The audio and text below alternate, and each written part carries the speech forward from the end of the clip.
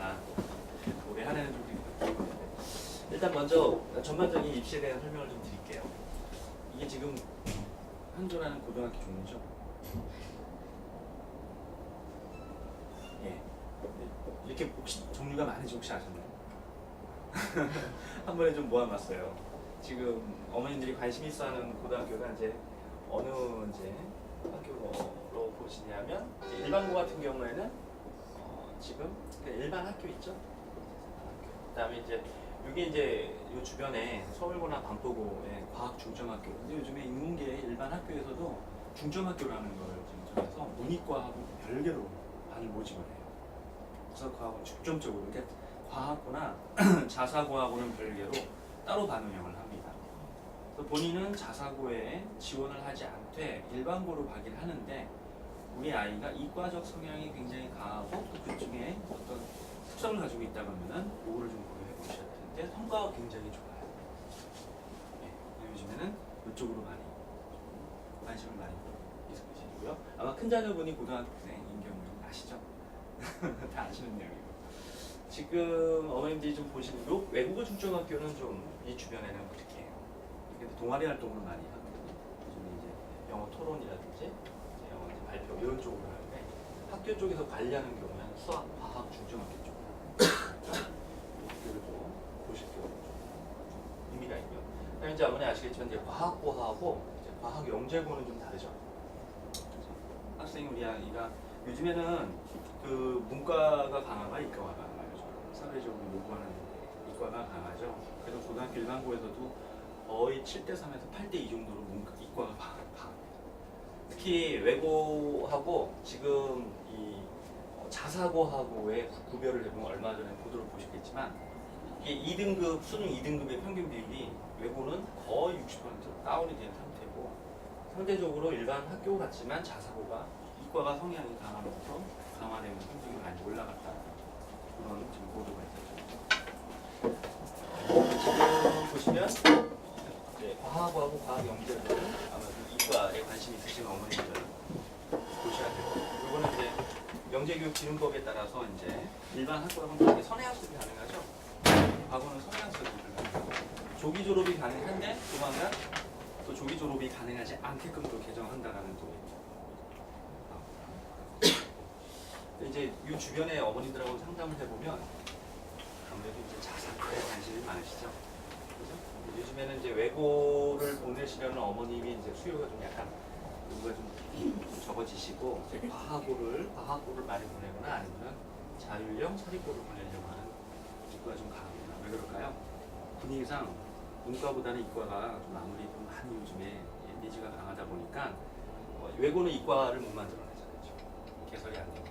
그러다 보니까 이제 과학고하고 자율형 사립고 특히나 또 이제 일반 학교 중에서 과학 중점 이 세 개가 요즘에 하도 있습니다. 지난주에는 그 예비고등학교 1학년 설명회를 할 때는 어머님들이 이번 주 원서 접수를 하니까 각 고등학교별로 요즘에 어떻게 공부를 시키는지 그 프로그램에 관련된 게 거의 한 40분, 50분을 잡았어요. 근데 이번 예비 중학교 1학년은 특히 뭐 중학교에 대한 어떤 성향보다는 앞으로 입시 제도에 관련된 부분을 어머니 한 다음에 중학교 때 영어가 이제 조기적으로 빨리 끝내야 되는 이유에 대해서 말씀을 좀 드리면서 프로그램 설명을 좀 해드리겠습니다. 나머지는 어머님들이 뭐 크게 뭐 그냥 우리 아이랑 관계 없죠? 그죠? 자, 하나 보셔야 되는 건 이제 후기고하고 전기고가 좀 이렇게 나눠지는 거 아시죠, 이건? 전기고가 있고 후기고가 있다는 거. 간혹 예비 중학교 1학년, 그러니까 초등학교 4년을 첫 아이를 키우는 어머님들은 고등학교에 전기고 후기고가 있나요? 라고 하시는데 큰 아이를 키워보는 어머님들은 다 아시는데요. 11월에서 12월 초에 다 끝나죠, 전기고는. 후기고는 이제 2월에 발표하는 일반 학교 얘기하고. 아시겠지만 이제 여기서 좀 어머님들이 이제 하셔야 되는 게 중학교 1학년, 중학교 2학년하고 중학교 3학년 있을 때 이제 자유학기제가 지금 여기서는 지금 성취평가제 그다음에 이제 여기는 절대평가제 여기는 성적이 들어가지 않죠. 그렇죠? 고등학교 중학교 2학년하고 중3만 내신에 들어갑니다. 기억하셔야 되고 성취평가제라는 거는 90점 이상을 뭐라고 합니다? A로 표시한다. 80점 이상은 B로 표시한다. 그래서 C, D, E까지 해서 이거를 성취평가제라고 해요. 사실은 다른 말로 하면 절대평가제라는 거죠. 근데요, 자유학기 때도 시험 거기죠. 봤잖아요. 근데 그거는 내신에 안 들어요. 들어가진 않아요. 아, 외국어 있고 외국어는 안 들어가고요. 과거는 들어가요. 외국어도 들어가던데. 외국어에서도 일부가 들어가고 일부가 들어가지 않아요. 그게 이제 학교마다 다 다른 거죠. 몇 가지 멘트를 좀 다 말씀을 좀 드릴게요. 예를 들어서 이제 여기 있는 이제 요거 말씀드리기 전에 자율형 사립고가 있고 이제 자율형 공립고가 있는데 이건 이제 전국 단위가 있고 또 뭐가 있죠? 광역 단위가 있죠. 그렇죠?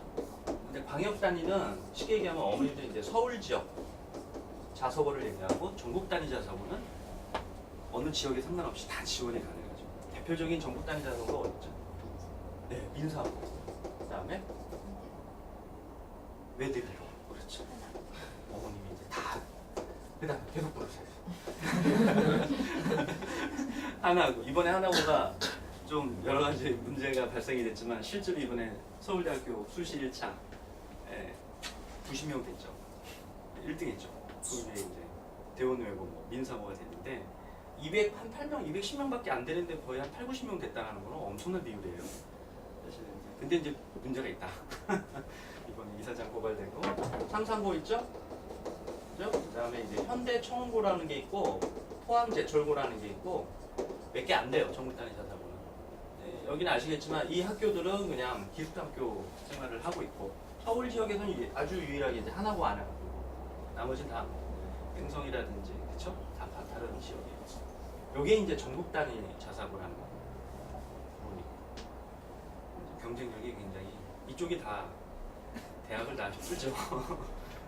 자, 그 다음에 이제 광역 단위 자사고라고 하는 게 있는데 이제 그런 전국 단위 자사고는 뒤로 하고 그다음에 우리는 그냥 여기 주변에 있는 서울 지역에 있는 광역 단위 자사고를 보내겠다라고 하면 이제 요 주변에 아시겠지만 이제 여기는 광역 단위는 세화, 남고, 세화, 여고 그렇죠? 바로 앞에 있으니까 학교가 이제 가장 어머님들이 관심 있어 하는 학교고 세화고는 자사고 중에 가장 롤모델이에요. 가장 롤모델. 왜냐하면 세화고 선생님들이 프로그램을 짜는 게 딱 두 학교를 따라가요. 대원외고하고 그다음에 인사하고 요 프로그램을 그대로 반영해요. 그러니까 세화 남고나 여고에서 공부하는 스타일을 보면은 재밌는 건 공부량을 소화해내는 공부량이 인사고나 대원외고처럼 애들이 새벽 1시나 2시까지 공부를 해야 되는데 애들이 열심히 자. 그러니까 이게 시간이 지날수록 이게 50%가 못 따라가는 거죠. 그러니까 중학교 내신 50% 안에 들어야 이제 지원 가능하고 면접을 봐야 들어가긴 하지만 우리 아이가 최소한 중학교 때 당연히 10%나 15%, 15% 안에 들어가야 사실은 그 안에 들어가서 30% 안에서 이제 어떻게 좀 버티거든요. 이제 버틴다는 얘기는 이제 소화를 해내면서 이제 프로그램을 이겨낸다는 얘기예요. 그러지 않으면은 잠이 많거나 뭐 공부를 게을리하거나 뭐 여러 가지 이제 걱정. 근데 뭐 집중력이 폭발적이거나 머리가 비상하거나 그런 여러 가지 장점은 있지만 또 그런 특성들이 있고요. 그러니까 이제 전국 단위 자사고와 광역 단위 자사고는 어머니 좀 구별을 좀 해주셔야 된다는 거 우리 얘기를 해주시면 되고요. 그다음에 이제 자율형 공립고는 이거는 뭐 그냥 크게 예외 보시면 들어보시고. 자, 아까 말씀하시던 대로 이 자유학기제는 하지만 시험은 한 학기에 한 번씩은 봐요. 근데 이걸 시험에 반영하냐 안 하냐 할 때 참 애매한 게 반영 안 하는 게 원칙인데 검토를 하는 학교들이 있어요. 또 들어가는 학교들이 있고 거기 아까 말한 대로 과거 같은 경우에는 1학기 2학기가 반영이 됩니다. 근데 외고 같은 경우에는 안 되는 경우로 알고 있거든요. 안 됩니다. 왜 그러냐 말씀을 드릴게요. 성취평가제 아까 말씀드린 대로 90점 넘어 A, B, C, D 이렇게 반영하죠. 그 다음에 이제 여기 중학교 3학년은 절대평가제예요. 절대평가제라는 게 뭐죠? 1등급이라는 게 몇 프로 이내를 1등급이라고 그러죠? 고등학교처럼 4% 이내를 1등급이라고 그러고요.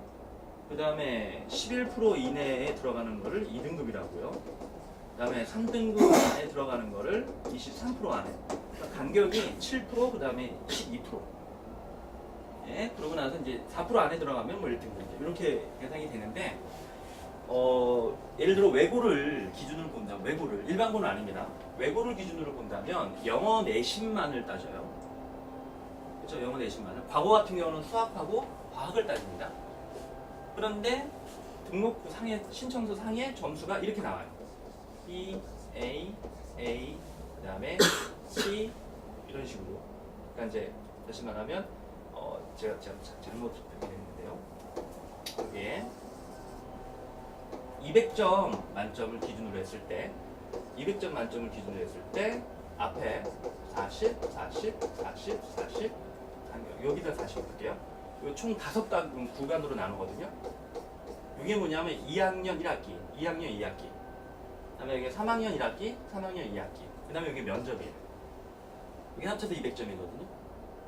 그래서 외고를 집어넣을 때 200점 만점인데 여기를 B, A, B 이런 식으로 하고 여기 좀 죄송합니다. 2, 1 그다음에 여기 이제 점수를 표시합니다. 그럼 여기 무슨 말이냐면 2학년 1학기 때 성취 평가를 했을 때 영어 점수가 B 구간 80점 이상이었고 그 다음에 2학년 2학기 때는 90점 넘어서 A였고 그 다음에 요거는 3학년 1학기 때 등급으로 나눠줄 때가 11% 안에 들어간 2등급이고 3학년 2학기 때는 4% 안에 들어간 1등급이다. 그리고 면접에 해당하는 점수가 몇 점이다. 이렇게 해서 점수 계산을 한다는 거죠. 계산을 할 때. 어머님들이 이제 나중에 보시게 되면 이제 이런 케이스를 보시게 돼요. 이거는 하나의 사례를 말씀을 드리는 거니까. 그래서 지금 어머님들이 어떤 서류를 보시거나 그다음에 이제 어떤 입시 전형이라든지 이런 걸 볼 때 고등학교 들어가는 그런 부분이 고등학교의 종류에 따라서 반영하는 과목이 다르고 그리고 지원하는 시기에 따라 전기 후기로 나눠지며 아셨죠? 그 다음에 기본적으로 200점을 만점으로 할 때 5개의 구간으로 나눠지는데 첫 번째, 두 번째는 2학년 1학기, 2학기에 대한 내신 점수 성취평가제로 A, B, C, D로 표시하고 세 번째, 네 번째는 절대평가제로 요거는 죄송한데 여기 상대평가제죠? 제가 오늘 요거는 이제 절대평가제가 성취평가제를 말씀드린 거고요. 상대평가제로 다시 말하면 등급 간의 간격을 점수로서 등급 표기를 하고 면접을 해가지고 총점을 따져서 지원을 하게 된다. 그게 일종의 이제 방법입니다. 자 그러면 복잡한가요? 복잡하죠? 어머니는 복잡하지 않으시죠? 복잡해요. 요거에 대한 질문을 한번 보실래요? 상위권 대학에 진학 해답은 어디 고등학교? 어디가요? 애한테 맞는 걸까요? 이게 트렌드가 바뀌었어요. 지난 2, 3년 동안. 뭐냐면 지금은 상위권 대학인 어머니 10개 대학 중에 그래도 한 5개, 10개, 10개 서울대, 연고대, 성균관대, 서강대, 기와여대, 한양대 뭐 이런 여러 가지 요한 7, 8개 대학을 가려면 뭐 상관없잖아. 그냥 가면 되잖아요. 라고 했는데 결과표가 말이죠. 서울대 합격 시킨 100개 고등학교, 상위권 100개 고등학교를 3년간 통과해요. 3년간 누적을 해가지고 그걸 냈더니 세상에 대원 요구가 아까 무슨 거죠? 이제 말씀하셔야 돼요. 이제. 외고, 그죠? 그 다음에 예고, 화고, 정단자사고, 화고, 정단자사고, 정단자사고, 정단자사고, 외고, 화고, 예고, 과학영재고, 외고, 정단자사고, 그 다음에 광역단위자사고. 유일하게 강남구에 있는 자사고 하나 들어왔어요. 그게 몇 등이냐면 16등이에요. 서울대학교 80명. 누적으로. 그 다음에 과고, 광역단위자사고, 정단위자사고, 정단위자사고, 국악고, 예고죠? 그 다음에 정단위자사고. 광역단위자사고예요. 아니고. 그 다음에 외고. 서초구에서 1등한 학교가 생각합니다. 일반고하고요. 후기고 중에 일반고하고 그다음에 앞에 있는 여러 가지 종교 있죠. 과고, 광연제고, 외고, 자사고 이런 학교 복잡하거든요. 여기는 뭐냐면 지원하고 뺑뺑이 돌리면 근처에 그냥 1지만 2지만 해가지고 근거리로 가면 되는 거예요. 얼마나 편해요. 어머니 아버님 시절, 저희 시절 그냥 이렇게 지원해서, 그죠? 저는 이제 연합고사라는 걸 봤던 시절이 어머님도 아마 그러실 텐데, 이 학교들은 그냥 아무런 준비 없이 그냥 가면 돼요. 근데 여기는 뭐죠? 아까 서류 필요하죠? 자소서 필요하죠? 그죠? 자소서 필요해요. 정확하게 써야 돼요. 그 다음에 또 면접을 있죠. 특히 면접 굉장히 중요하죠.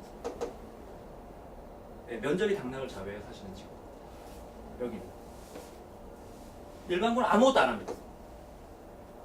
일반고 중에서 서초 그 서초구 안에 들어가 있는 일반고 중에 딱 하나, 서울고등학교. 일단 인원수가 워낙 많아요. 여기 전교생이 600명이 넘어, 거의 600명이에요. 550, 600명이에요. 세마고는 해봤자 380, 400인데 여기 거의 뭐 5, 600명을 왔다 갔다 하기 때문에 어마어마한 인원수가 전교생이. 그런데 이거밖에 안 들어가는 건 상대적으로 이렇게 돼요. 이거 뭘 말씀드리는 거냐면, 참 이런 말 있죠. 고기도 먹어본 사람이 맛있는 고기를 먹는다고. 고등학교 때 이미 고등학교 진학 때 요거를 다 해본 애들이 그대로 요게 대학 수시 전형이거든요. 대학 수시 전형을 지원할 때 학생부 종합 전형이라는 게 있어요.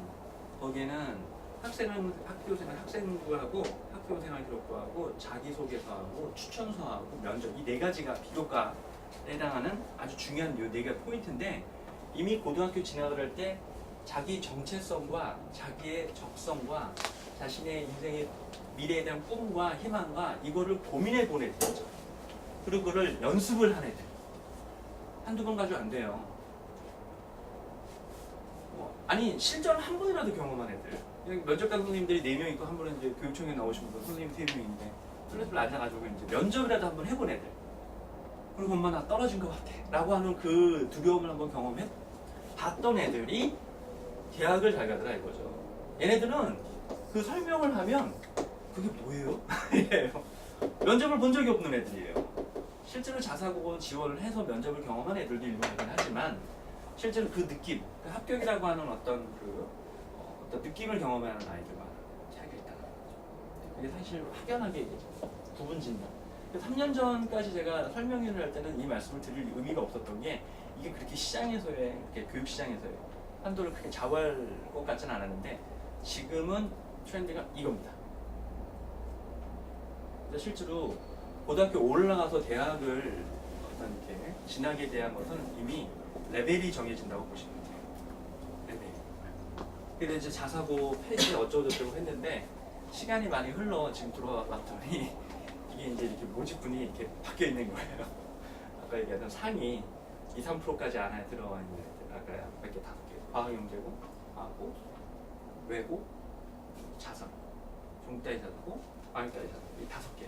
여기 진학을 반드시 목표를 일단은 좀 해주셔야 됩니다. 욕심이 좀 있으시다면. 근데 꼭 그게 다 맞는 건 아니잖아요. 우리 아이한테 그렇게 스트레스풀하게 그런 환경에서 공부시키지 않고 그냥 좀 편안하게 공부시키고, 얼마든지 아까 얘기하던 서울고 이쪽 좋아요. 그 다음에 서문여고. 전 말씀드리는 거는 전반적인 거 하나와 이 지역에서의 장점 두 가지가 다 이게 공존하는 게 여기라는 거예요. 그래서 지금 상문고 다 일반고예요. 일반고. 그 다음에 여기 보면 단포고, 그 다음에 서초고. 이거 지난주에 예비고등학교랑 어머니한테 이거 보여드렸더니 되게 좋아하시더라고요. 아휴, 자사고 안 가도 되는구나. 충분히 경쟁력 있습니다. 충분히 잘 하고요. 강남구도 상당히 많이 들어와 있어요. 여기 지금 보시면 여기 지금 여기 단대구가 들어와 있죠. 중동구 들어와 있죠. 여기 아까 휘문고 들어와 있죠. 그다음에 여기 경기구 들어와 있죠. 그렇죠? 상당히 많이 들어와 있어요. 강남구가 확실히 포진을 앞에 많이 하죠. 그다음에 이제 뒤에 이어서 이제 서초구가 좀 하고 있고. 자료를 좀 보내드렸으니까 보시면 될 거예요. 그다음에 100까지 보시면 여기 양재고나 압구정구까지도 구정고죠. 이제 구정고까지도 희한하게 경문고가 없어요. 그죠? 오히려 예전에 더 잘했던 것 같아요. 아예 그냥 요즘에는 눈 씻고 경문고 갔다가 다 세화로 와요. 애들이 좀 전교권에 있는 애들이 아유 나 이럴라 치면 그냥 세화로 가지. 근데 이제 결과적으로 말씀을 드리면 공부량이 확실히 다르긴 달라요. 공부량. 아이들 공부시키는 그 양이 다르고 특히 어렸을 때부터 이 지역에는 한 6학년? 중학교 1학년서부터 이 모두가 틀려요. 애들 이 느낌이 애들 공부에서 내신 하나를 하더라도 아주 탄탄하게 하려고 하고 그리고 학교의 시험 문제도 다 영어로 나오잖아요. 영어로 되어 있는 문제를 특히 일반 단순한 암기가 아니라 그냥 어느 정도 이 추론과 또 심화적인 그것까지 다 이렇게 논리까지 다 따져보기 때문에 여기는 내신 절대 녹지 않거든요. 아무리 미국에서 오래 살다 왔더라도 안 돼요. 그게 있어요. 그래서 100점짜리가 전교에 한 명 나올까 말까? 거의 안 나와요. 아주 유일하게 이상하게 한두 명 나오는 경우는 특이한 경우가 보니까 일단은 이제 그런 학교에 첫 번째 아까 말씀한 고등학교에 대한 종류를 좀 구별하셔야 되고요. 그거에 대한 전형에 대해서는 어머님 요즘에 워낙 인터넷에 많이 잘 나와 있으니까 제가 오늘 뭐 드렸던 키워드를 중심으로 한번 살펴보시면 아마 금방 나오고요. 세 번째, 이 자료는 흔하게 나오는 자료는 아니거든요. 이거 한번 보시면 고등학교 순위가 요즘 높구나. 근데 미국은 아시겠지만 대학 순위, 고등학교 순위 다 나오잖아요. 한국도 이제는 본격적으로 이제 다 나와요. 이제 종합적인 평가가 아니라서 아쉽지만 진학에 관련된 기준을 본다면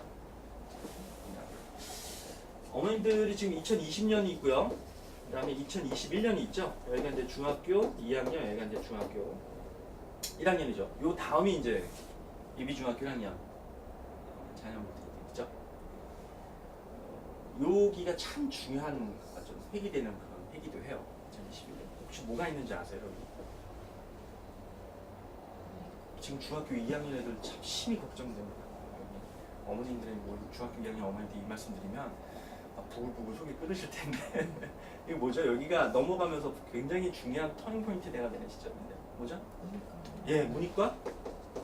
예, 통합입니다. 이 2021년부터 문이과가 통합이 돼요. 예. 그러니까 여기까지는 문이과는 나눠지는데 여기서부터는 문이과가 통합이 되는 교과 과정으로 바뀌어요. 그러니 어떤 얘네들 재수하면 큰일 나죠? 얘네들 시스템 점수 한산점 뭐 과목 다 바뀌어요. 그러니까 얘네들은 지금 근데 다행히 우리 중학교 이제 올라가는 친구들은 좋죠. 얘네들은 또 처음이라 또 다행히 우리 애들은 좀 다행이에요. 앞에 한번 시행착오를 학력고사에서 수능으로 바뀔 때 첫 해 애들도 굉장히 혼란스러워했고 항상 하든지 하여튼 뭐든지 처음이 안 좋아요, 그죠? 다행히 우리 두 번째니까. 여기 이렇게 쭉 보시면 앞으로도 연도에 따라서 크게 바뀌는 게 좀 영어가 이제 절대평가로 지금 올해부터 시행이 됐죠, 그렇죠? A, B형 둘로 나누다가 도저히 이건 안 돼요. 점수 환산이 안 돼요. 그래가지고 이제 통합이 되는데 국어하고 수학이 2017년도부터 이제 통합으로 지금 바뀌고 있을 예정이고요. 그다음에 기억하셔야 될 거는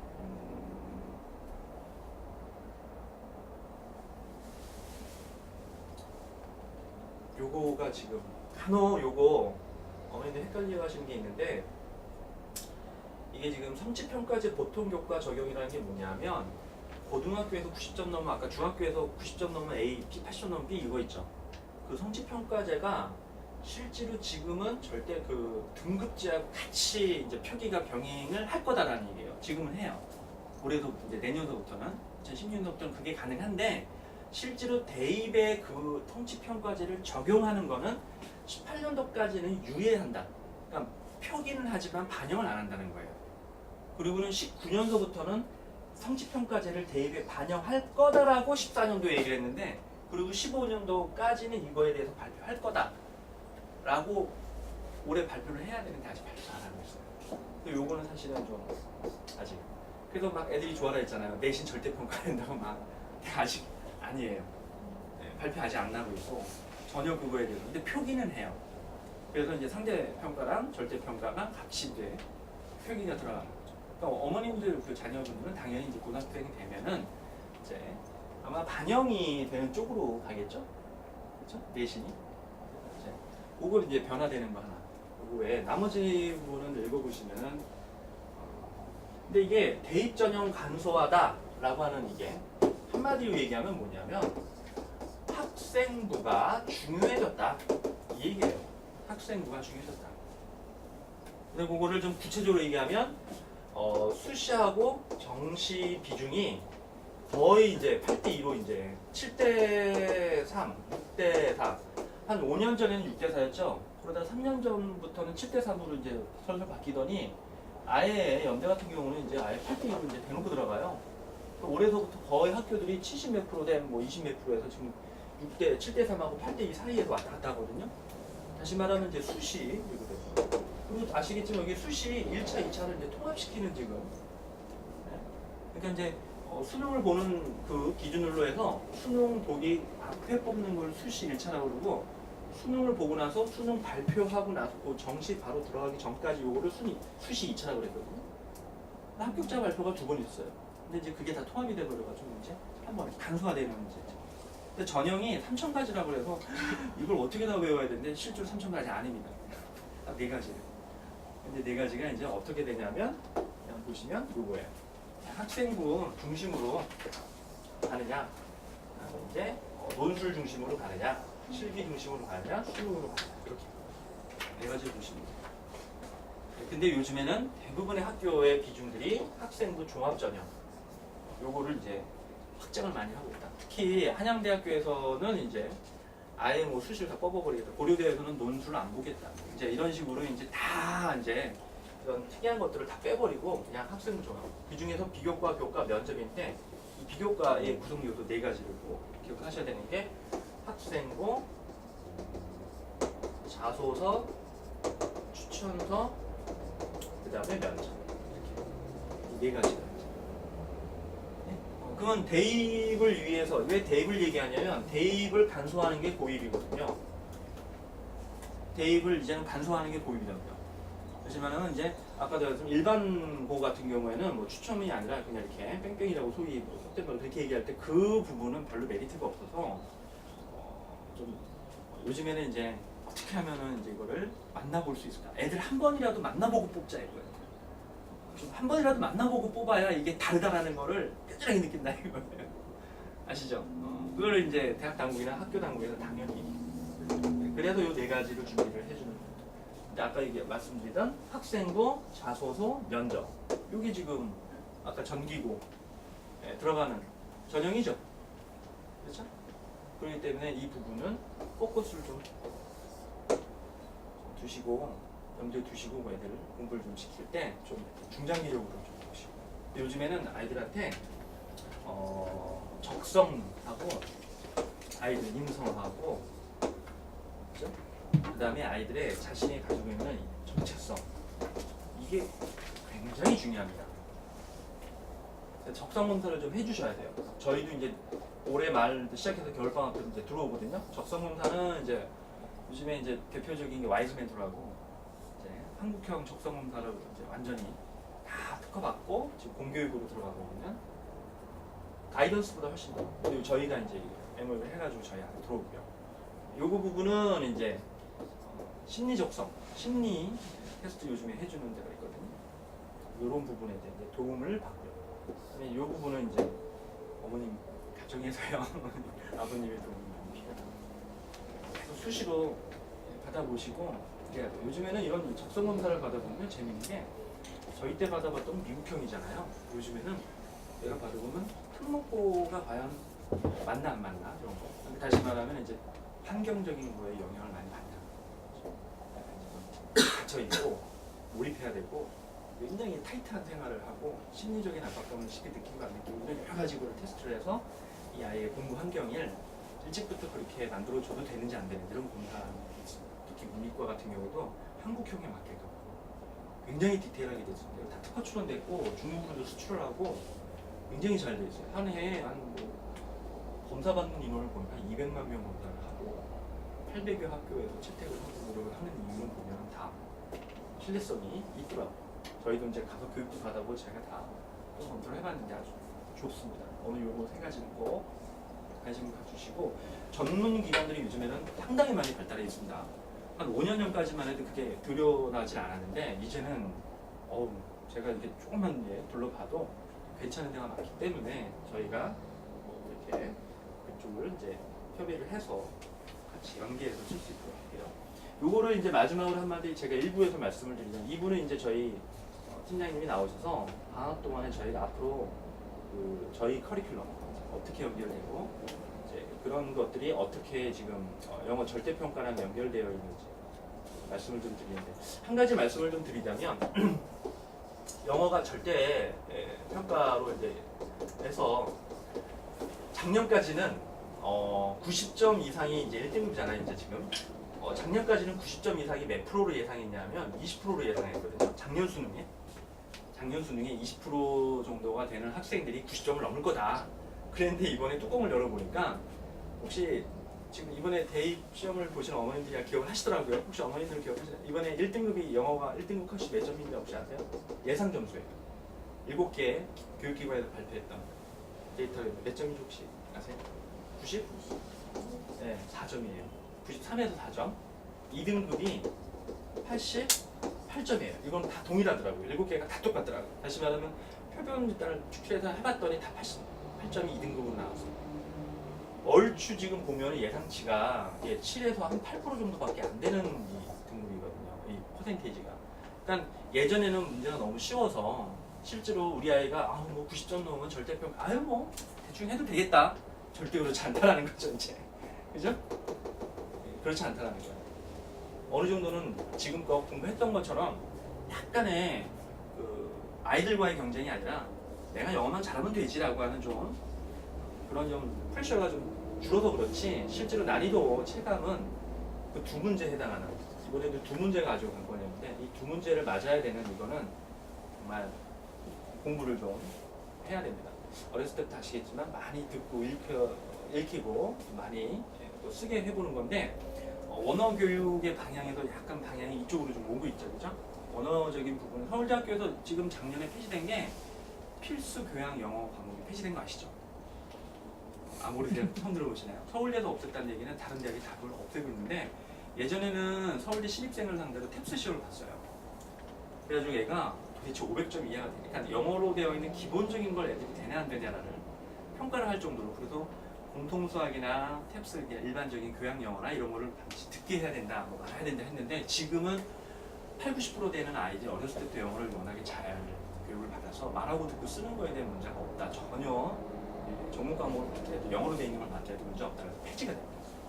그만큼 이제 한국에 인프라가 잘 되어 있는 조건이죠. 자, 그런 상황에서 듣고 말하고 하는 이 어떤 영어에 대한 부분은 어렸을 때부터 이제 오픈이 다 되어 있어서 리딩하고 이제 리딩 그다음에 이제 어떻게 보면 뭐 그래머 이런 쪽이 다시 부각이 되고 있는 건 사실입니다. 아이들 워낙에 말하고 쓰는 것들이 잘 되어 있다 보니까 평균 이상이라는 거죠 예전에 비해서. 그런 상황이라서 일반적인 저희 그 학원에서의 프로그램이 어느 한쪽에 몰입돼서 가는 건 아닌데 전반적인 균형을 맞추곤 하는데 난이도라든지 이런 게 절대평가가 된다고 해서 절대 쉬워지거나 절대 만만해지진 않는다. 하지만 그래도 전보다는 좀 쓸데없는 워낙에 쓸데없는 지문들이 많았거든요. 수능에서 그런 부분들 앞으로 이제 공부를 좀 시키시는데 좀 참고하시라는 게 뭐냐면 서울대에서 발표한 학습 모형에 대한 기본적인 툴을 이론적인 것들을 굉장히 많이 발표했는데 그걸 딱 한 페이지로 정리를 해봤더니 딱 이렇게 나오더라 이거죠. 여기 우리 아이가 내신형인 아이들이 있어요.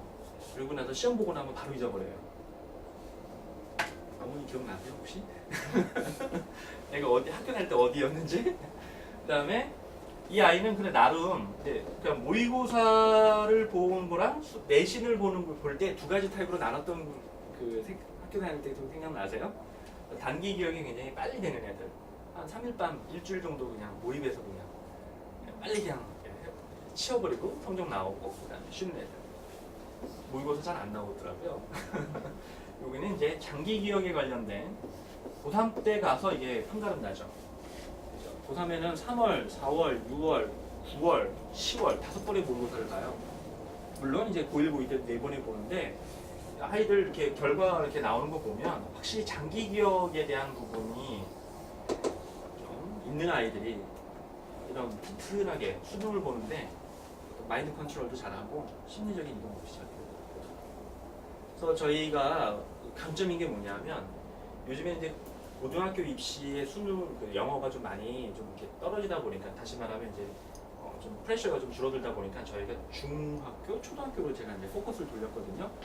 그런데 오랫동안 입시를 한 15년 동안 가까이 해보다 보니까 저희는 이제 내신에서의 어떤 단기 공부하는 방법에 대한 부분과 장기적으로 이제 입시를 준비하는 것들에 대한 노하우가 이제 다 잘 접목되어 있는 그런 상황입니다.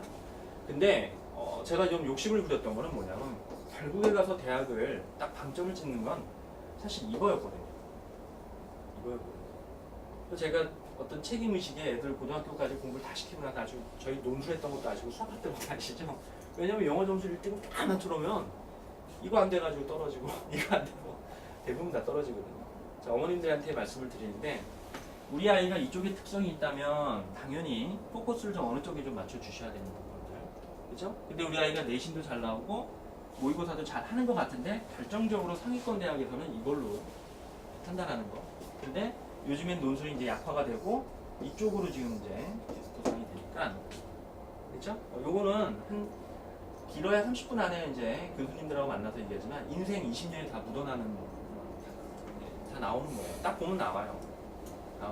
면접관들 만나서 얘기해 보면 바로 들어온 자세 보면 나온다. 문 열고요. 딱 들어올 때 평소에 굉장히 인성이 잘 되는 애도 딱 문 열자마자 딱 안녕하십니까 하고 딱 들어온 다음에 탁 한 다음에 다 앉는데요. 근데 그게 인사 한번 하고 눈길을 같이 아이 컨택하면서 나와서 앉는 이게 하루 이틀에 나온다는 게 아니에요. 묻어나는 몸에 그걸 말로 표현할 수가 없을 만큼. 근데 이제 여기 보면 정보 입력에 대한 조직과 구조에 대한 논리학습에 대한 이 부분은 이론적으로 들어갈 필요가 그렇게까지 필요 없고 어찌됐든 지금 패러다임은 이렇게 된다. 그래서 우리 아이들이 세 가지에 대한 공부 방법을 단기 학습에 관련된 거는 짧게 한 3주씩 스케줄링 해가면서 영역별 공부별 방법에 대한 연습을 이제는 본격적으로 중학교부터 연습을 해야 되겠죠. 그죠? 규정에 이거 보면은 그냥 동네 체육대라고 보시면 돼요. 그러다가 이제 약간 이제 좀 여러 군들이 모이는 서울시에서 이제 전국 단위로 이제 보면 되고 올림픽이라고 보시면 돼요. 하지만 요거는 이제 모의고사 요거는 장기 기업은 오랜 기간을 둬서 훈련이 돼야 되는데 다행히 이제 중학교 1학년 예전에 한 20년 가까이 이렇게 보니까 초등학교 6학년에서 중학교 1학년 올라올 때 요게 요 리버스 된다 그러죠. 확 바뀌니까 애들이 초등학교 때 공부 잘한다고 그러고 애가 되게 기염을 많이 받던 애들이 중학교 1학년 올라가자마자 시험을 한 뭐 8등, 5등, 8등, 10등 이런 애들 반장했던, 회장했던 애들이 10등하면 애들 충격에 그거를 못 태어나서 초등학교 때는 스포트라이트 받았거든요. 담임 선생님 자기 이름 다 알고 자기 집에 숟가락 몇 개인지도 알거든요. 진짜로. 근데 중학교 올라가면은 번호로 불러요. 자기 이름조차 존재감이 왜냐면 선생님들이 다 바뀌니까 그 메커니즘을 내가 따라가지 못하는 거예요. 선생님은 나를 맨날 이뻐했고 날 좋아했는데 그런데 지금 왜 내 이름조차 모르지? 이거 애가 관심 받던 이게 완전 충격이 입사해가지고 적응이 안 되는 거예요. 그러다가 중간고사 한번 보고 나면 이제 전교 1등 할 줄 알았거든. 월급 맞을 줄 알았거든. 초등학교 때 그랬거든요. 근데 올라와가지고 이제 뒤에서 이제 초등학교 때 뒤에 코 올리던 애가 앉아가지고 수학 다 몇 점 맞고 자기는 실수하고 뭐 뒷페이지 안 풀고 막 그런 그게 너무 이게 반전되던 시기인데 다행히 자격기제 때문에 다행히 그게 정말 지금 1학년 애들 이렇게 조사해 보면 그 스트레스를 조금이나 이제 적응할 수 있는 시기가 돼서 그나마 제가 보기엔 다행이라고 봐요. 그래서 1학년 올라오자마자 너무 그렇게 스트레스 받지 않고도 하는 그런 아주 좋은 시기이니까 어떤 내신이나 이런 시험에 대한 어떤 부분보다는 우리 아이에 대한 정체성 부분, 우리 아이에 대한 특성 이거를 좀 한번 관심 있게 보셔야 그리고 또 한 번은 그걸 좀 하셔야 좀 될 필요가 있다. 지금 입시 제도에서는 어떤 숫자로 되는 종이 하나로 되는 그걸 원하지 않는다라는 부분을 좀 어머님들한테 말씀드리고 싶고요. 혹시 뭐 이 일정은 잠깐 짧은 시간에 말씀을 드리라고 한 20, 30분 잡았는데 좀 더 구체적인 거나 이런 거 있으면 나중에 저희가 설명을 할 때 제가 2시간 동안 설명을 할 때 디테일하게 했는데 간단하게 임팩트하는 그런 자료만 좀 드렸습니다. 참고하시면 좀 될 것 같아요. 겨울방학을 시작으로 해서 이제 저희가 이제 프로그램이 이제 개편되는 거에 대해서 저희 중등부 팀장이 좀 설명을 좀 하겠습니다.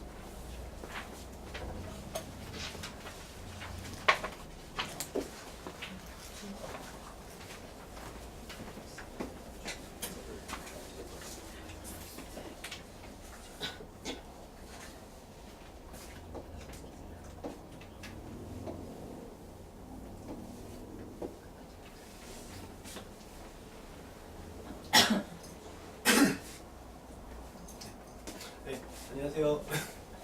처음 뵙겠습니다. 예, 지금 중등부 팀장으로 있고요. 지금 현재 중학교 3학년 담당을 했고 이제 지금 중3에서 고1 올라가는 아이들 같이 이제 고등학교 원래는 제가 고등부 강사였는데요.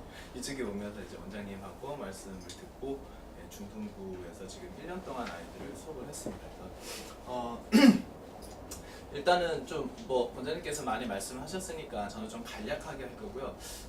지금 제가 저희 중학교 3학년 아이들을 수업을 하면서 일단 좀 느꼈던 부분을 말씀을 드리면 제가 예전에는 중계동에 있었거든요. 중계동에 있다가 그리고 대치동에 있다가 이제 여기로 온 겁니다. 근데 대치동에 있는 아이들하고 그리고 저희 지금 가르치는 아이들하고 수준을 보면은 차이는 없습니다. 일단 그거는 말씀드릴게요. 대치동, 그러니까 물론 대치동의 아이들이 잘하는 아이들이 많아요. 그 이유는 전국 단위에서 방학 때 되면 뭐 청주 뭐 어디서부터 그 학원 대치동 근처에다가 오피스텔을 잡고 한 달, 두 달을 잡고 방학 때 겨울 방학 때 두 달, 여름 방학 때 한 달을 잡고 방학 때 거기서 엄마하고 둘이서 살면서 학원을 다녀요. 대치동의 학원을 다 다녀요. 그러니까 그렇게 전국 단위에서 오는 아이들이 많기 때문에 뭐 이제 대치동에 뭐 어떤 학원에서 뭐 제일 최상위에 뭐 어디 대학 들어간 애들이 인원이 많다는 이유는 그런 이유 때문에 이제 그런 게 있고요. 아이들 지적 수준이나 아니면 이제 공부 역량이나 이런 부분으로 보면은 예, 크게 차이는 없습니다. 크게 차이는 없고 대신에 이제 시험 문제 같은 경우는 제가 여기 반포 쪽에 오면서 정말 깜짝 놀랐어요. 그러니까 중등부를 내신에 뭐 중학교들이 뭐가 있을까라고 생각을 했는데 오히려 대치동보다 훨씬 더 어렵습니다. 근데 그 어려움 자체가 일단은 두 가지 유형으로 이렇게 나뉠 수가 있는데요. 첫 번째는 선생님들이 얘들아 니들은 만점을 못 맞아야 돼 라고 문제를 내세요. 그런 형태가 있고요. 그리고 두 번째는 정말 고등학교 유형으로 제가 이제 내신 대비를 하면서 교재를 만들면서 보니까 선생님들이 이제 시험 문제 내신 걸 보니까 고등학교 1학년에서 아니면 좀 어렵게는 고등학교 2학년에 내신 유형으로도 문제를 내세요. 물론 이제 단어나 아니면 길이나 이런 부분은 굉장히 짧고 고등학교보다는 이제 뭐 이렇게 똑같다는 레벨은 안 되는데 유형 자체를 보면은 학교 선생님들께서 굉장히 연구를 많이 하신다. 이런 부분들이 있고요. 또 어떤 학교라고 제가 특징 져서 말씀을 드렸었는데 이제 시읒 여자 중학교인데요. 네.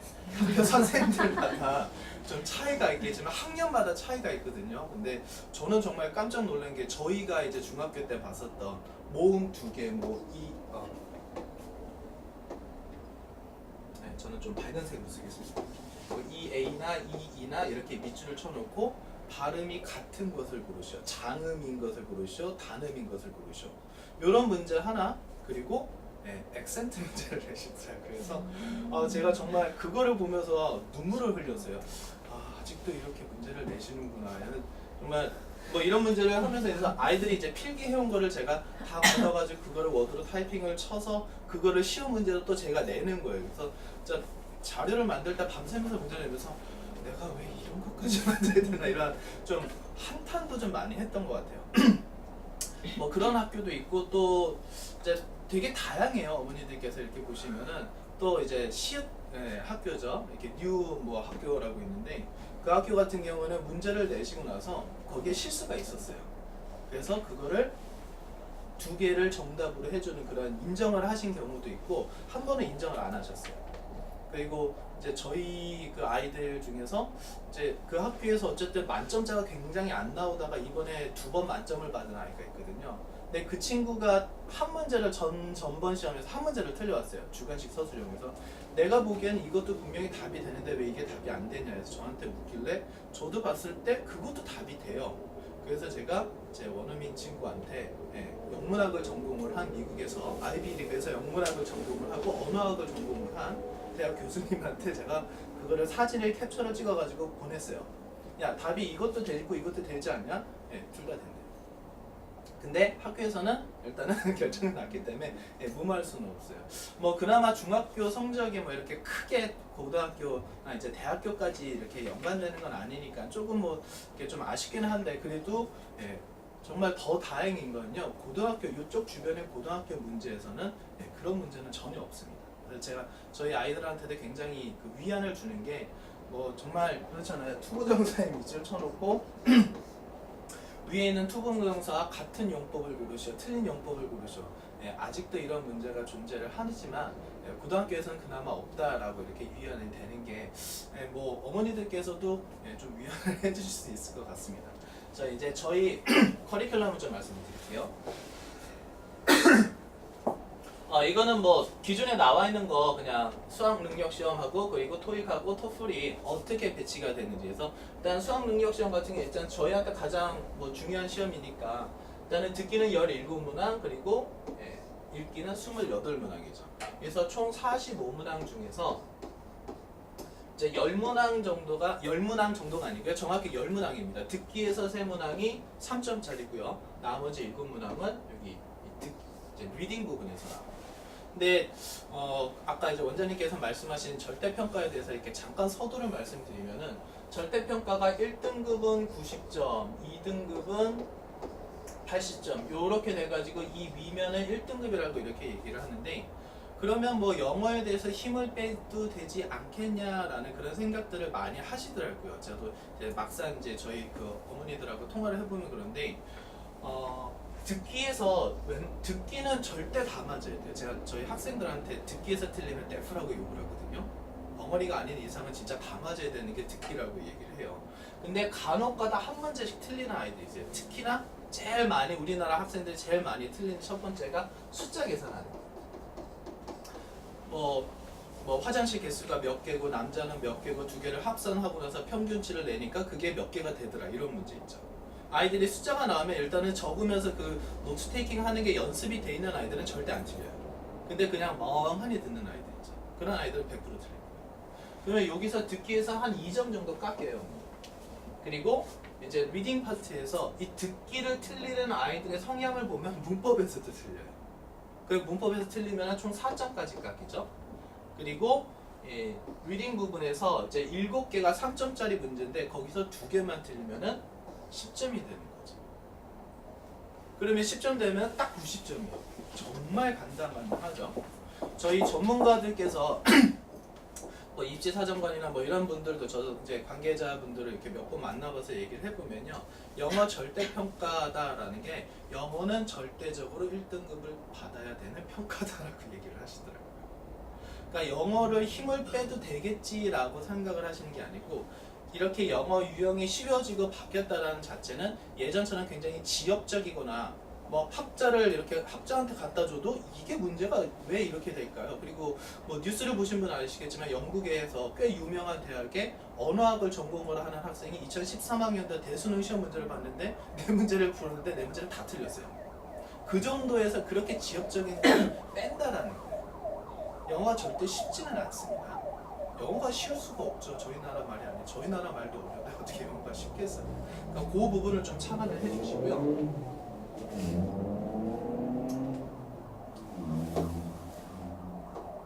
자, 저희 학과 이번에 학원에서 이제 개발한 교재입니다. 교재에 대한 이제 구성표고요. 아까 원장님께서 말씀을 드렸죠. 이 교재가 어떻게 구성이 되는지는 이제 다음 화면에서 이제 이 프레젠테이션이 끝나고 화면에서 어떻게 구성이 되는지 정확히 보여드릴 거고요. 여기까지는 이제 저희가 초등부 단계로 이렇게 보고 그리고 여기서 이제 초등학교 이제 뭐 한 3학년, 4학년 정도까지 보고 그리고 5학년, 6학년 이 정도 이렇게 봅니다. 그리고 이제 이 부분이 중학교 단계로 이렇게 넘어가요. 그래서 뭐 초등학교에서 좀 잘하는 아이들이 5단계, 6단계까지 이렇게 들어가고 나서 그럼 고등학교 올라가면은 7단계로 넘어가겠죠? 7단계에서 A하고 B 이런 식으로 올라갈 거고요. 근데 중학교 때 처음 저희 학원을 와서 수업을 받을 경우에는 이렇게 중학교 1단계, 2단계 이렇게 수업이 됩니다. 그래서 각 단계마다 여기는 이제 3개월 과정으로 이렇게 체크가 돼 있고요. 중학교 과정에서는 2개월로 저희가 체크를 해놨어요. 왜냐면 내신이 있는 부분이 있기 때문에 그 단계를 조금 이렇게 만들어놨고요. 그래서 초등학교 1학년서부터 중학교 3학년까지 이렇게 올라갈 수 있도록 되고, 이렇게 중3까지 올라가면은 수능 고급 과정. 수능 고급 과정이라는 것은 한 고등학교 2학년 모의고사 정도, 이 정도를 이렇게 문제를 풀게끔 하고, 지금 중3 같은 경우는 저희가 좀 잘하는 아이들 반 같은 경우에는 제가 이번에 이제 내년 2월까지 고등학교 3학년 수능 특강이죠. 가장 제일 첫 번째 EBS 수능 특강을 어느 정도 좀 쉽게는 솔직히 조금 힘들 것 같고 좀 어렵지 않게 풀 수 있을 만큼 그렇게 올리는 게 목표로 되고, 어머니들께서도 지금 저희 아이가 어느 정도까지 가야 되냐라고 이렇게 말씀을 하시면은 중학교에서 고등학교 올라가는 기간, 지금 요 기간이죠. 요 기간 동안에 일단 고등학교 3학년 수능 특강 정도는 끝내놔야 돼요.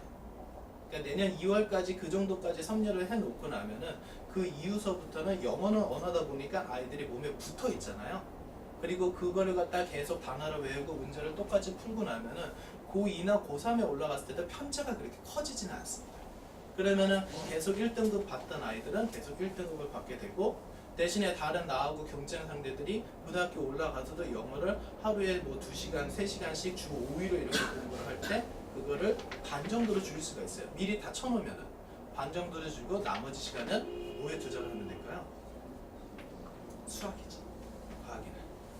그러니까 수학을 벌써 내려놓는 아이들이 있거든요. 어머니? 수학 절대 내려놓으시면 안 됩니다. 상위권 절대 못 가요. 수학은 절대 내려놓지 마시고, 제가 저희 학생들 고3 아이들도 이렇게 얘기를 해보면은 절대 저는 영어 강사인데도 불구하고 수학을 절대 내려놓지 말라고요. 물론 영어는 제가 이제 책임지고 해줄 테니까 수학은 절대 내려놓지 말라고 하는데, 수학은 끝에 가면 마지막 대학 수학 능력 시험이나 이렇게 시험 볼 때 그때는 결과가 나와요. 물론 열심히 하는 아이들 같은 경우. 그러니까 수학은 절대 포기하면 안 된다라는 거, 그리고 저희 과정이 이렇게 간다는 걸 좀 보여드렸고요. 네, 이거는 이제 저희 그 교재 구성입니다. 아까 A, B하고 그리고 1, 2에서 이렇게 나왔던 그 레벨별로 이렇게 나온 구성이고요. 이건 이제 중등부 과정에서 이제 워크북까지도 다 나와 있는 거고요.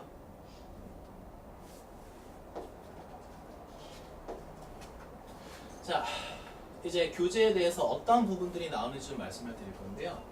뭐 여기 뭐 소사이티하고 컬처하고 이렇게 나오고 여러 가지 뭐 네이처 그리고 소셜 스터디, 사이언스, 아트 이런 부분들이 나왔죠. 각 파트마다 수능이나 아니면 여러 가지 지문들에서 가장 많이 쓰이는 부분들입니다. 이 부분들을 다 이렇게 보시면은 뭐 문화 상대주의도 있고 기업적 사회적 기업도 있고 뭐 이제 자연 쪽에서는 뭐 광합성에 관한 내용들, 이런 내용들이 다 교과서에 나오는 내용들이에요. 그래서 그 교과서에서 중학교 교과서에서 고등학교 교과서에서 나온 부분들을 다 저희가 가지고 와가지고 교재 작업을 새로 한 겁니다. 그러니까 아이들이 접했을 때 공부를 하면서 아마 교과서 내용이나 그런 부분보다는 더 디테일하고, 그리고 이제 배경 지시나 그런 부분도 이제 조금 이따 보여드릴 텐데 훨씬 더 상세하게 들어가요. 그러니까 더 폭넓은 교육을 할 수 있게끔 된다는 거죠. 구문 독해라고 제가 이제 저희 고등학교 이제 예비 고1 아이들한테 많이 강조를 하는 부분이거든요. 그래서 뭐 영어하고 한국어의 차이를 좀 알자라고 이렇게 얘기를 하는 부분입니다. 예, 요거 이제 어순을 제가 굉장히 중요시 여기는데요. 뭐 제이비는 미라를 사랑한다. 예, 미라 저희 와이프 이름입니다. 네. 네.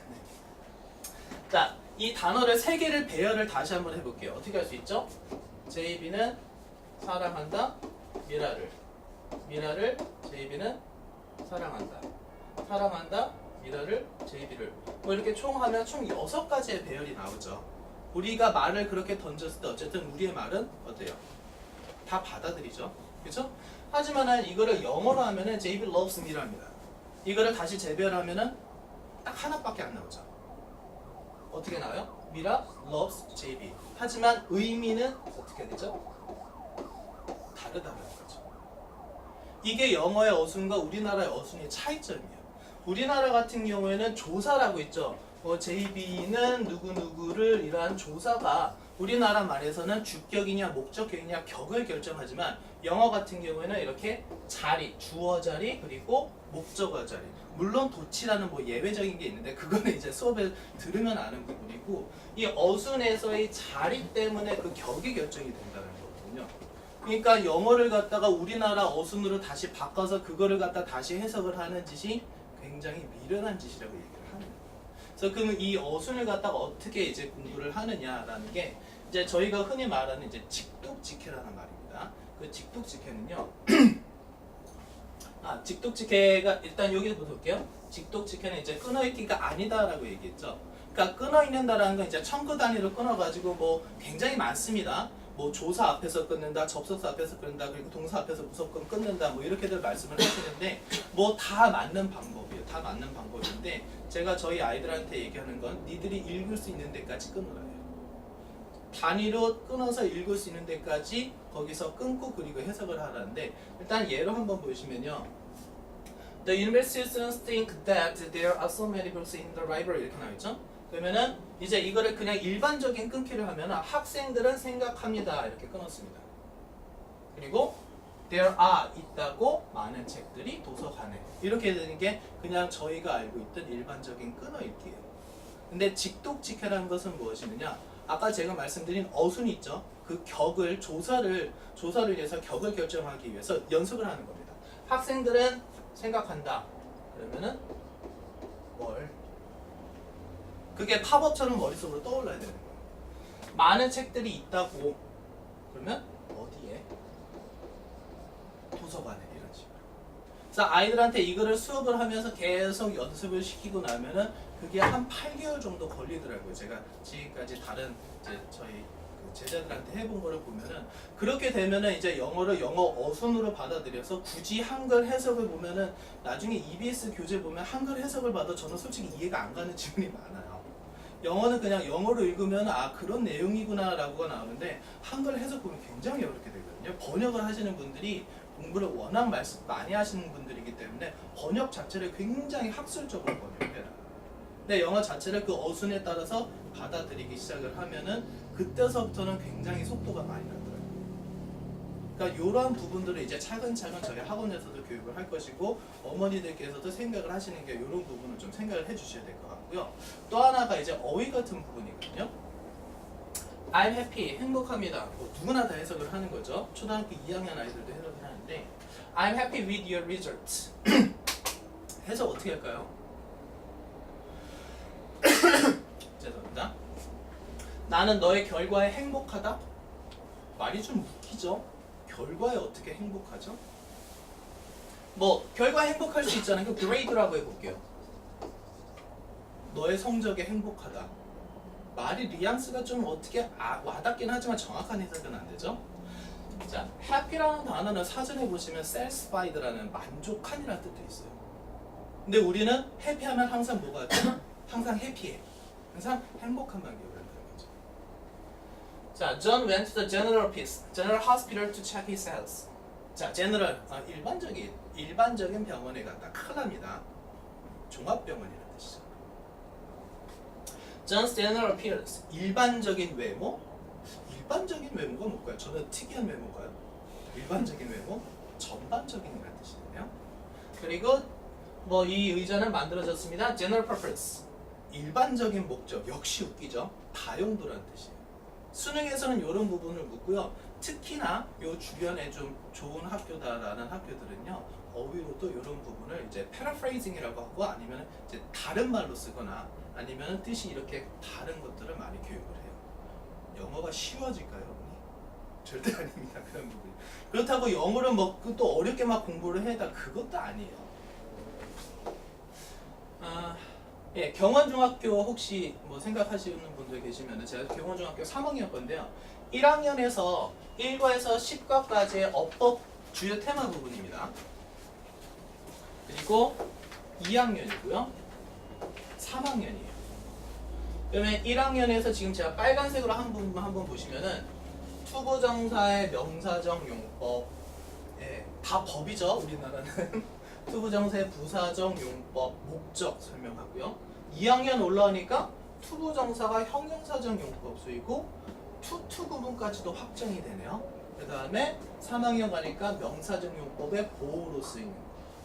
그리고 의미상 주어, 의문사 플러스 투부정사, 목적격 보호자료 투부정사. 요 그림을 보시면 이게 이제 저희가 하나의 큰 맵이라고 보여드리는 건데요. 1학년 때, 2학년 때, 3학년 때 하면서 투부정사를 제일 처음에 시작을 하면은 처음에는 이렇게 가지가 나오고 그 다음에 조금 더 큰 잔가지들이 나오고 그리고 여기서 더 상세한 잔가지들이 이렇게 나온다는 거거든요. 결론적으로 말씀드리면 중학교 1학년 때부터 3학년 때까지 학교에서 나오는 어법 부분을 완벽하게 특히나 내신할 때처럼 완벽하게 다 익혀두면은 고등학교 올라가서 새로운 어법이나 문법은 없답니다. 제가 고등부 생활을 오래 했기 때문에 말씀을 드린 건데요. 새로운 부분은 없어요. 대신에 중학교의 이 과정들을, 이 전체적인 과정들을 모르면은 고등학교 올라가서 제가 98% 원래 100%까지 말씀을 잘 안 드리는데 98% 영어에서 적어도 좋은 성적을 내기는 힘듭니다. 왜냐면 고등학교에서 가장 많이 어렵게 낸다는 문제는 첫 번째 유형은 서술형이겠죠. 서술형에서도 선생님들이 내시니까 단어 두어 개 주고 뭐 툴을 이용해서 아니면 어떤 수거를 이용해서 문장을 연작하시오. 어법적인 구조가 머릿속에 안 박혀 있으면 절대 못해요. 그러면은 이게 이제 고등학교 과정이 올라가면 고등학교에서도 역시 마찬가지로 1과에서는 뭐 중요한 파트가 뭐가 나오고 2가 뭐가 나오고 이런 테마가 있긴 있는데요. 그 테마 중학교 때는 저희가 경원중학교 같은 경우에는 이번에 10과 했을 경우에 이 의문사 9과 10과가 시험이었거든요. 의문사 플러스 투부정사 그리고 목적격 보호자의 투부정사 오는 문제들이 한 3개에서 4문제씩이 나왔어요. 주관식 서술형으로. 이거는 중학교고요. 고등학교에서는 이 모든 걸 다 알고 있어야지 어디서든지 다 끄집어낼 수 있을 실력이 돼야 돼요. 그러면은 중학교 3학년 때까지 문법은 완벽하게 잡혀 있어야 된다는 게 이제 결론적인 거예요. 자, 듣기 독해 부분인데, 이제 독해 같은 경우에는 뭐 독해 굉장히 많이 저희가 신경을 쓰고 있죠. 어쨌든 시험에서도 많이 나오고 독해 같은 경우에도 그냥 무조건 읽는 게 아니고 저희가 이제 수업 방식에 있어서 마이크로 리딩과 그리고 매크로 리딩 이 두 가지로 나뉘고 있습니다. 마이크로 리딩 같은 경우에는 이 지문에서 읽으면서 잘 나오지는 않지만 이렇게 진하게 돼 있는 이런 부분들이 있죠. 이렇게 진하게 되는 제가 좀 일부러 체크를 해놨는데 이 밑줄 같은 경우에는 이 글의 주제가 되는 부분들이거든요. 그러면 마이크로 리딩 같은 경우에는 세세한 부분들을 읽으면서 뭐가 시험에 나올지 뭐가 중요한지를 하나하나 일일이 체크를 하는 거예요. 체크를 하면서 문제를 해석하고 문장을 의미 파악하고 문장 구조를 해석을 하고 그리고 매크로 리딩 같은 경우는 전체적인 글의 흐름을 보면서 글의 일관성이나 유무지나 상세 내용을 보게끔 됩니다. 이거를 두 가지 다 한꺼번에 지금 되는 아이들은 아마 없을 거예요. 굉장히 힘든 과정이고 연습이 돼야 되는 거거든요. 그래서 마이크로 리딩식으로 계속 연습을 하면서 그 연습이 끝나고 나면 해석이 끝나고 나면은 이제 매크로 리딩으로도 연습을 해서 이 두 가지가 다 합쳐져야지 완벽한 독해가 되고 그러한 식으로 계속 연습을 해왔던 아이들을 보면 수능 지문을 봐도 절대적으로 흔들리지가 않더라고요. 그리고 다시 한번 말씀드리면 내신 같은 경우에는 아이들이 세어거나 세화여거나 이렇게 시험을 본 그 시험지를 가지고 온 거를 보면은 문제가 결코 만만하지 않아요. 뭐 대치동에 뭐 휘문거나 아니면은 뭐 숙명여고 이렇게 굉장히 시험 범위가 많고 그리고 문제가 어렵다고 유명한 학교거든요. 제가 있던 그 학원에서도 거기서 이제 뭐 정말 제일 뭐 1타를 친다라는 분이 거기에서 그 학교 내신 대비를 하는데 막 퇴원생이 막 몇 명씩 나왔고 막 애들 성적이 막 폭탄만큼 난리도 아니에요. 근데 그 학교들하고 세워거나 세워여고 보면은 절대 차이 나지 않습니다. 그만큼 공부를 많이 시키고 많이 준비해 가야 된다. 여기까지가 이제 제가 말씀드리려고 했었던 부분이고요. 이제 조금 시간이 오래되고 있으니까 간단하게 하나만 더 드릴게요. 아까 저희 원장님께서 1년간의 준비를 걸쳐서 이제 교재를 하나 만들었다고 하셨죠. 제가 원래 고등부 강사로서 고등부를 하려고 왔다가 원장님하고 얘기를 해보고 중등 수업도 다시 차근차근 밟아가고 여기서 나도 한번 승부를 걸어봐야겠다 얘기를 하게 일단은 원장님이 굉장히 컸고요. 원장님하고 말씀을 해보고 나니까 굉장히 컸고 그리고 저도 강의를 한 게 지금 11년 차거든요.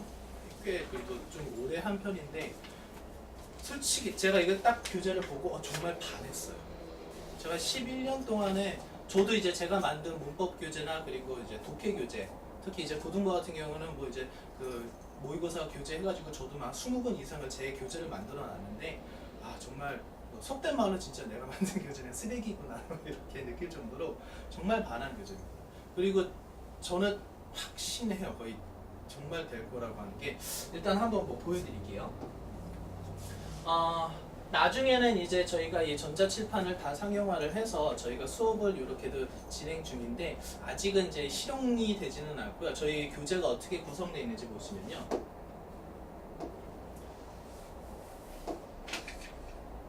네, 소리 좋죠?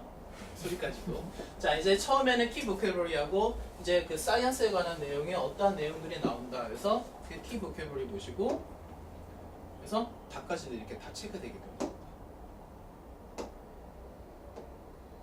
이런 식으로 하나하나 아이들하고 보면서 이렇게 답을 체크할 수도 있게끔 되고요.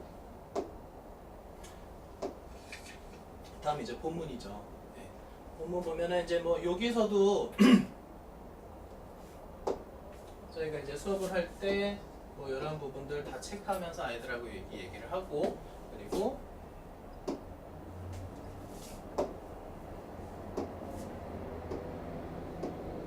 What can fly, is 1.8 meters long, and has a wingspan of over 5 meters?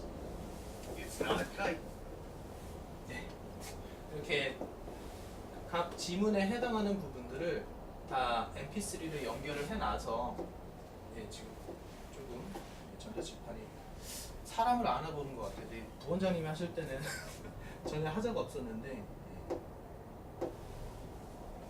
그런 부분들이 다 mp3로 연결이 되고 그리고 뭐 여기에 따라서 이제 해석까지도 다 보여줄 수 있게끔 되고요. 그리고 문제죠. 문제에서도 같이 아이들하고 풀고 그거에 해당하는 답도 체크하는 게 나오고 해당하는 문제 그리고 다시 한번 아웃라이닝 나오고요. 그러니까 제가 아까 말씀드렸던 리딩 파트에서 마이크로 리딩과 매크로 리딩을 다 정복적으로 다 중복적으로 할 수 있어야지 문제를 풀 수 있게끔 교재가 구성이 돼 있어요. 그러니까 교재 구성 자체가 하나의 패러그래프를 익히고 나서 하나의 지문을 익히고 나서 그 내용에 대한 전반적인 거를 모든 걸 다 알고 있어야지 문제를 풀고 이게 이 부분들이 이제 워크북을 보여드릴 거거든요. 워크북 부분에서도 다시 한번 체크를 할 수 있게끔 나옵니다. 네, 이런 식으로 이제 저희가 교재가 구성이 되어 있는 거를 보여드렸고요.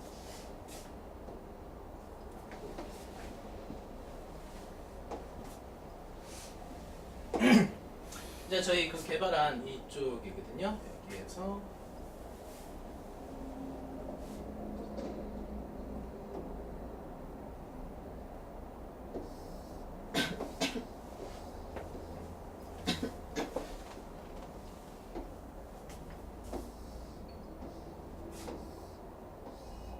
자, 이 부분이 이제 저희가 아까 수업을 했었던 부분에 대한 매일 시험을 봐야 되죠. 그래서 데일리 테스트 이 시험 부분이 나오고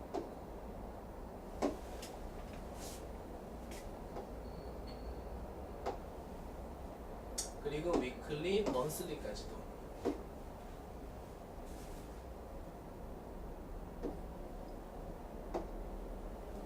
그러면 한 달 동안 왜 데일리가 또 뜨지?